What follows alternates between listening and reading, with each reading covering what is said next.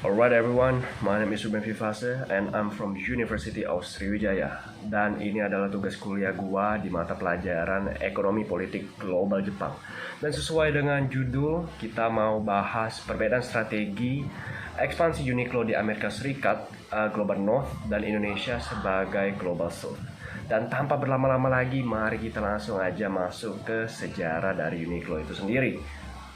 Singkatnya, Uniqlo itu adalah brand fashion asal Jepang yang pertama kali berdiri pada tahun 1984 di Hiroshima. Dan dari sana, Uniqlo mengalami perkembangan yang sangat pesat di bidang fast retailing. Dan selain Uniqlo itu memiliki 19 global flagship store, dan sekarang Uniqlo juga sudah memiliki 1.700 toko di 17 negara. Dan wow, keren betul Uniqlo ini, karena angka tersebut tidak bisa dibilang sedikit ya. Dan negara-negaranya itu juga meliputi Jepang, Australia, Belgia, Tiongkok, Prancis, Jerman, Hong Kong, Indonesia, Malaysia, Filipina, Rusia, Singapura, Korea Selatan, Taiwan, Thailand, Inggris, dan juga Amerika Serikat. Dan mereka juga sekarang ini sudah punya outlet sebanyak lebih dari 400 outlet yang tersebar di Asia Oceania, termasuk di kota-kota besar di Indonesia. Dan nilai valuasi mereka juga sudah mencapai lebih dari 7 miliar US dollar atau setara dengan 99 triliun rupiah. Wow sekali. Dan di Indonesia, Uniqlo telah bersaing dengan brand-brand kelas dunia lainnya seperti Zara dan juga H&M. Tetapi berbeda dengan situasi Uniqlo yang berada di Amerika Serikat. Perusahaan ini situasinya cukup bertolak belakang dengan Uniqlo yang sangat mendominasi pasar di Asia Pasifik. Uniqlo sudah kurang lebih 16 tahun di Amerika Serikat, namun fast retailing company ini masih memiliki banyak hal yang harus dilakukan untuk memenangkan pangsa pasar dari perusahaan seperti H&M dan juga Zara. Belum lagi peritel Amerika lainnya. Dan ambisi lama Tadashi Yunai, presiden dan CEO fast retailing Uniqlo, adalah untuk membangun perusahaan kelahiran Jepang ini menjadi merek pakaian nomor 1 di dunia. Dan agar hal itu terjadi, pengecer perlu membuat pengaruh yang jauh lebih besar di Amerika. Ekspansi yang signifikan di AS adalah kunci untuk mencapai tujuan tersebut, akui Daisuke Tsukagoshi, CEO Uniqlo yang ada di Amerika Serikat. Untuk memenangkan hati para pelanggannya di Amerika, Uniqlo USA bersandar pada formula mapannya yang fungsional, pakaian sehari-hari yang dipadukan dengan toko-toko lokal dan keterlibatannya di komunitas yang ada di Amerika tersebut. Namun pertanyaannya di sini adalah apakah hal ini cukup untuk membantu Uniqlo menjadi pesaing kelas atas di Amerika Serikat? Di video kali ini gue udah research dan gue mendapatkan 5 faktor yang menjadi strategi bagi Uniqlo dalam menghadapi pasar dunia tersebut. Yang pertama itu preferensi konsumen dan karakter minimalis yang digemari oleh orang-orang Asia atau khususnya Indonesia ini membuat brand ini menjadi laris karena preferensinya sesuai dengan fashion Uniqlo yang khas Jepang. Cukup berbeda dari orang AS yang dimana preferensi fashion mereka itu berbeda dengan orang-orang Asia.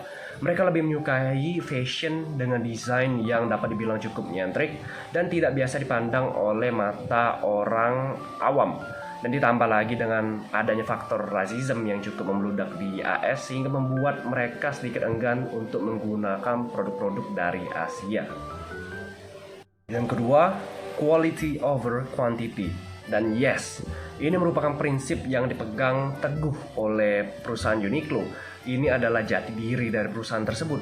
Dan dalam membuat setiap produknya, Uniqlo nggak cuma sebatas memikirkan penampilannya aja, tapi mereka juga menerapkan teknologi canggih dalam setiap prosesnya. Dan sebut saja ada teknologi heat tech. Teknologi ini bisa mengikat suhu panas dari tubuh sehingga tetap merasa hangat di udara sekitar yang dingin. Dan teknologi ini juga cukup diminati oleh masyarakat di Amerika Serikat ya, yang berada di area sedikit ke utara karena cuacanya di sana itu tuh tergolong atau bisa dikatakan cukup dingin.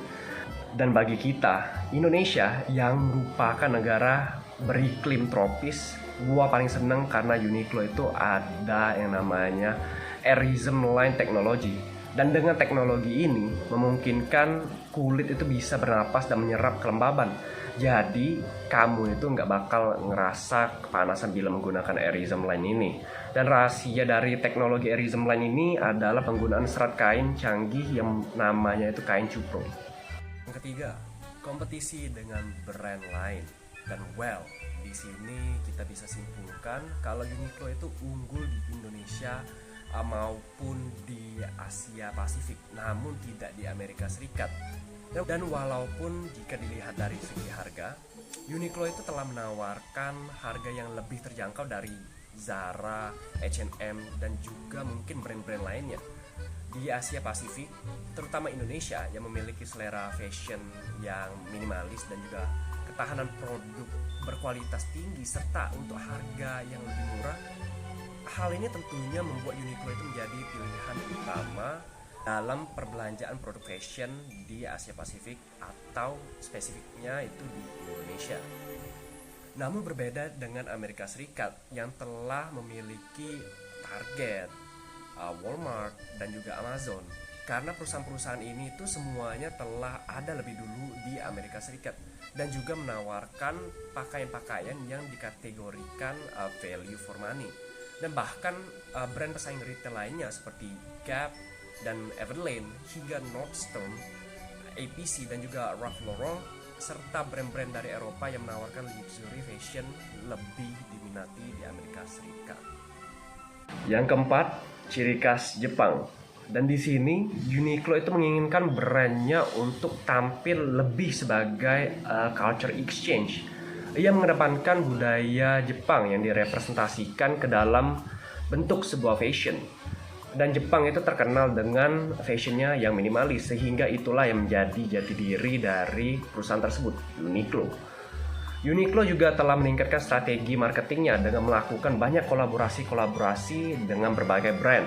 Dan ujar Kayla Marcy yang merupakan analisis pasar untuk Edited, instead of flooding the market with weekly drops of trends that have a short shelf life, Uniqlo's strategy has long-term benefits to both the planet and its profit by minimizing the number of products destined for landfill and avoiding overstock issues, protecting margins from steep discounts when products don't sell.